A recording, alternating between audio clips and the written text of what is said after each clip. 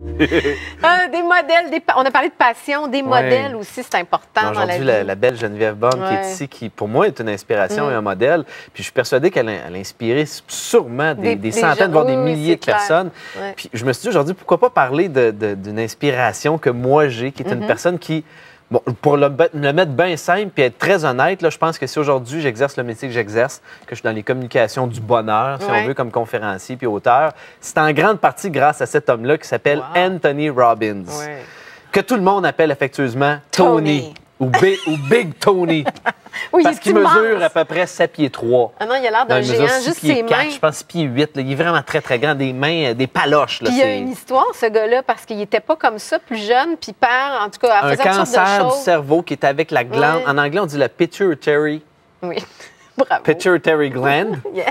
Qui a sécrété beaucoup d'hormones de croissance. En fait, là, on pourrait parler de ça, mais il y a plusieurs choses dont je pourrais parler parce que si je commence à expliquer tout ce que fait Anthony Robbins, on finira pas. Je pourrais passer 20 minutes parce que le gars, en tout cas, pour le mettre très simple, imaginez la scène. Il a 18 ans, souffle dans Bon Point, reste dans un 1,5, il fait la vaisselle dans son bain parce qu'il n'y a pas de lavabo.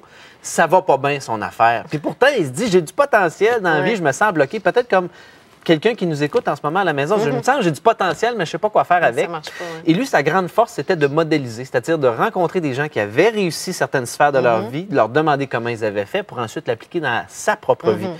Et entre autres, il a rencontré un grand mentor qui est décédé aujourd'hui qui s'appelait Jim Rohn. Jim Rohn, c'était le père de la motivation des années 80, 70, si on veut. Et il a commencé à modéliser ce grand homme-là pour lui devenir Anthony Robbins. Aujourd'hui, l'emblème, je pense, de la motivation. On s'entend pour dire que c'est le conférencier motivateur. Il est américain, c'est son seul défaut. Non, je plaisante. Mais mis à part ça, c'est probablement le conférencier motivateur le plus connu, je pense, sur la planète. Et qui attire des foules de milliers de personnes. Des milliers de personnes. Tu sais, je veux dire, il est rendu à un point où il s'est acheté une île à Fidji, puis il reçoit des gens sur son île et il donne des formations là-bas. Tu vois, continue. Oui, bien...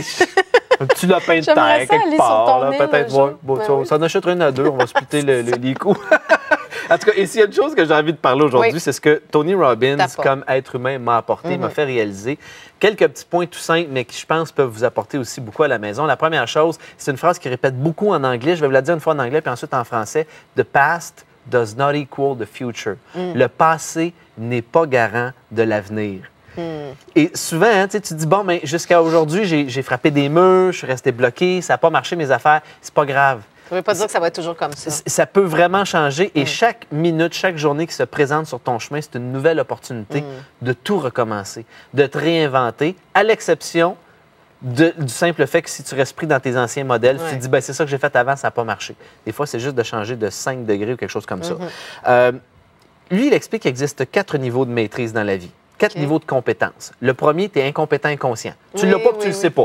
Le deuxième, incompétent conscient. Tu ne l'as pas, mais là, tu le sais. Il arrive une crise ou quelque chose. Le troisième, ça va être la compétence consciente, c'est-à-dire que tu développes ta compétence. Et puis finalement, le dernier, c'est la compétence inconsciente. C'est rentrer dans ton muscle. Ça va tout seul. Exactement. Donc, ça explique, c'est qu'il faut que tu te donnes du temps des fois. Tu sais, comme par exemple, lui, une chose qui l'aide à faire, qui a utilisé pour, je pense, inspirer beaucoup de gens, c'est de les faire marcher sur le feu. Oui.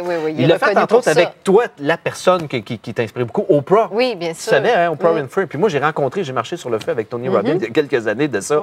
De toute une expérience. Ça doit. Et je pense qu'à travers ça, tu comprends que dans son explication sur la compétence, il y a vraiment 4 champs spécifiques. Il faut que tu te laisses du temps. Puis tout va venir à point si tu sais, si tu te laisses un petit peu de temps. Dernier petit point, je pense, vis avec passion. C'est une affaire qui répète sans cesse. Live with passion. Live with passion. Hey, Tony Robbins, il a répété ça, je pense, pendant toute sa carrière. Il le répète encore aujourd'hui. Puis ce qu'il explique, c'est que le corps de l'être humain et l'esprit font partie du même système cybernétique. Puis la raison pour laquelle souvent on se sent drabe, puis démotivé, puis découragé, c'est parce qu'on n'utilise pas entièrement notre corps.